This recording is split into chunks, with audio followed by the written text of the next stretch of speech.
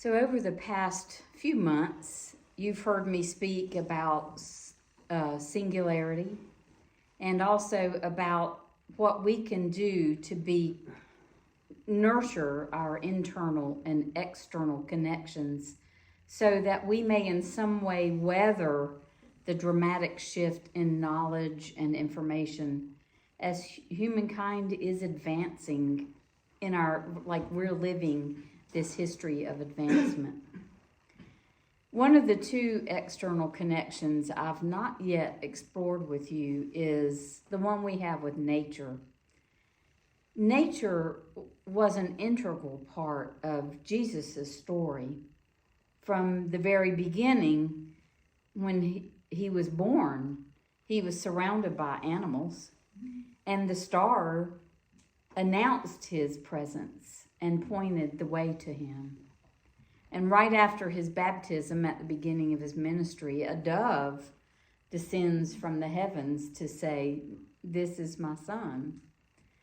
From there, he spends 40 days and nights in the wilderness with the beast and the angels. And I love that the passage in Mark includes the beast with the angels.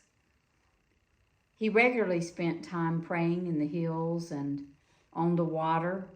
He spoke from mountainsides or by the sea. Wild places where he went whenever he needed to find solitude or pray or rest or grieve, or even when he was waiting for his own arrest, and most often to teach. Jesus' parables are replete with stories involving the natural world. Consider the lilies of the field, the ravens, the stars, the moon, the rain, the sun. When the crowds celebrated Jesus' entry into Jerusalem in what is now commonly called Palm Sunday, he was asked to hush them up.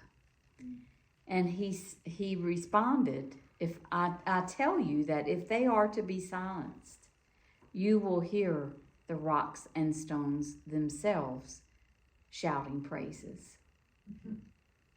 So during Jesus' crucifixion, there were 2 earthquakes and a solar eclipse.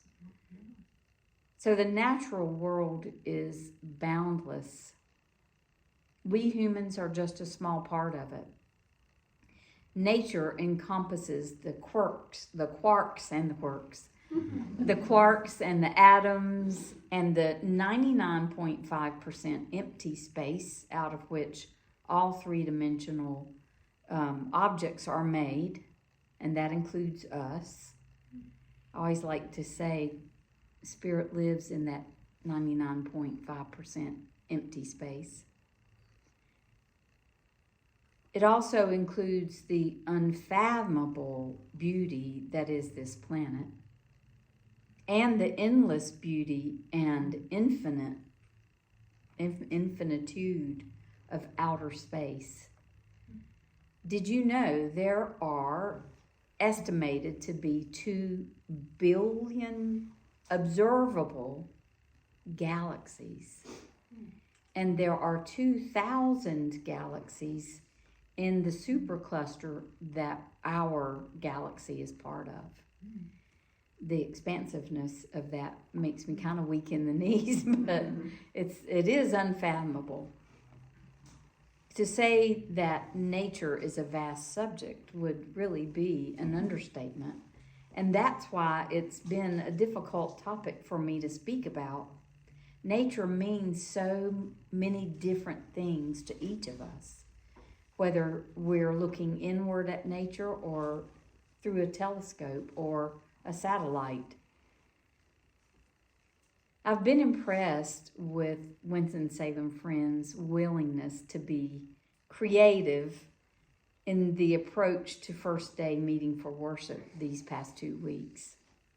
So in this season of change, as nature changes and as we are being creative, I wanted to invite us into a time of worship sharing, on the topic of our own personal connection to nature. And in speaking to the unprogrammed friends who just left out, I was amazed, even as seasoned friends, they had never heard of worship sharing. And you can rest assured, if you haven't either, I will guide us through it. Worship sharing is a form of Quaker worship. It arises out of the silence, just like meeting for worship. But each person in a small group has an opportunity to share from their heart, from their memories, from their feelings, about their own experiences, their own thoughts, not beliefs, not theologies or theories, without remark, without reply, or even praise or rebuttal from anyone else in the group.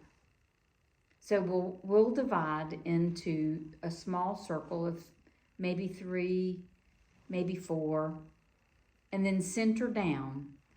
And then in that centering, I will pose a query.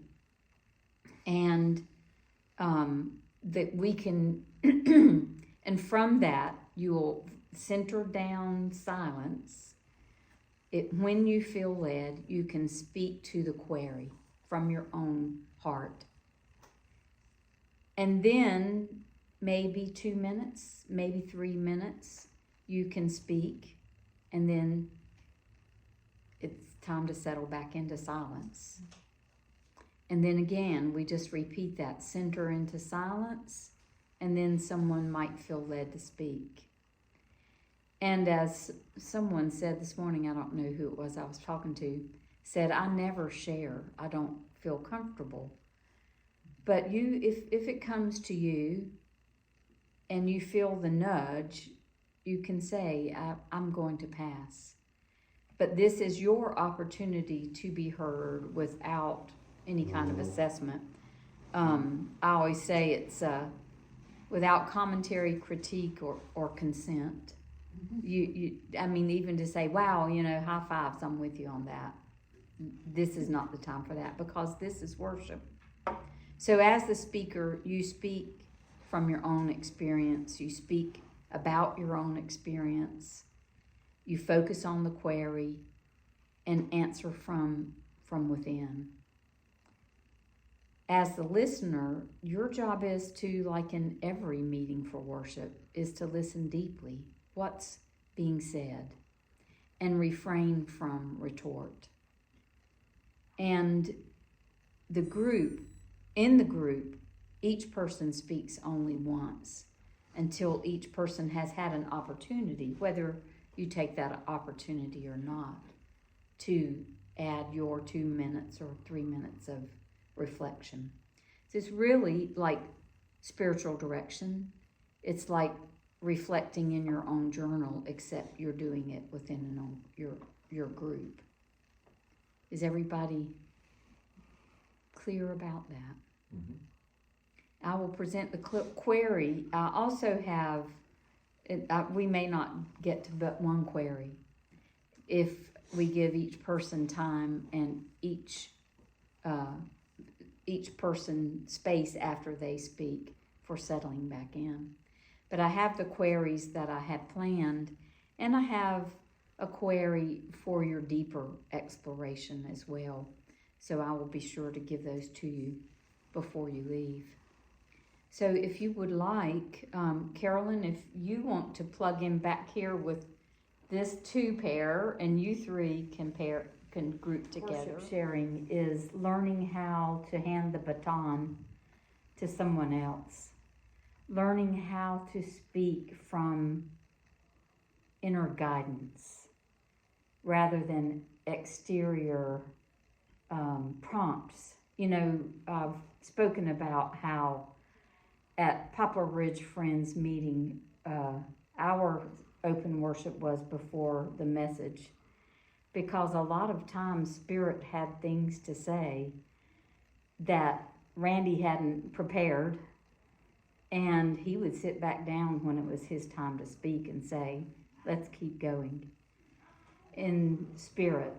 So when it is from our heads that we're speaking, that is when we push out what spirit might have to say first.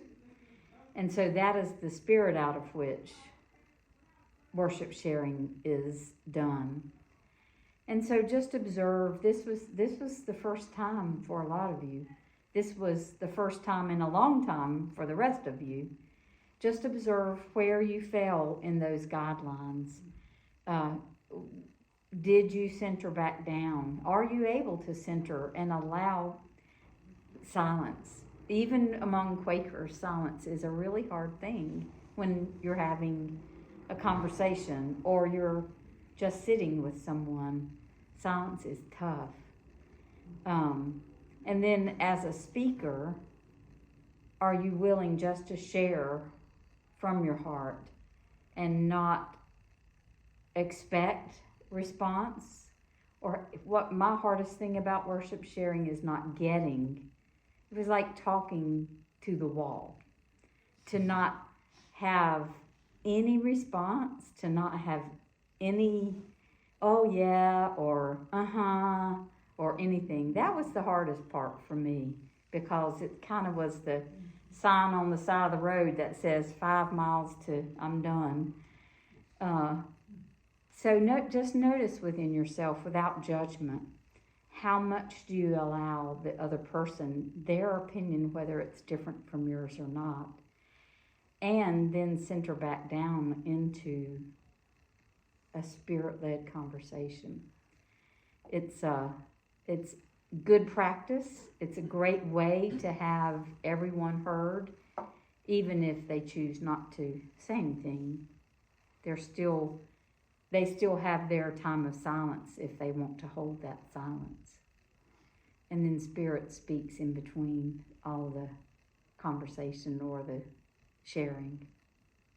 I'm grateful. I was in my prayer during your discussions, I'm grateful for your willingness to participate in something so different, and just allow yourself to be a novice at doing something differently, and pat yourself on the back that you did it. Yay. Now we can do the high fives and cupcakes. And then I will have the queries for you. They are this. I didn't do the second query because I heard the answers come out of you naturally. The first query, what has been your relationship with nature?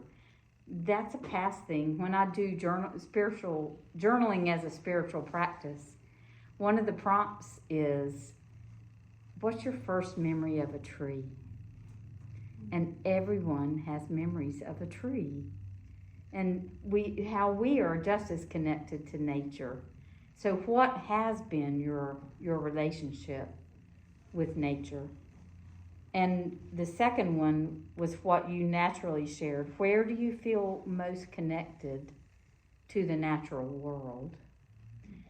And then one for deeper exploration. What can you do to feel more connected each day? Each day. This nature, we are part of nature, and the word nurture and nature are paired. So how can you allow nature to nurture you?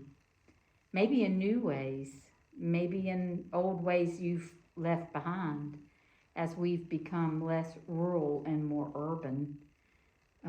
The sprawling fields are fewer and fewer. Going down Business 40, now there's a giant steel girders, where I used to love how, I did love and still love how the trees kind of made a tunnel going down Business 40, and now it's still girders and Carolina red dirt. Mm-hmm. So thank you for being willing to share in this with me.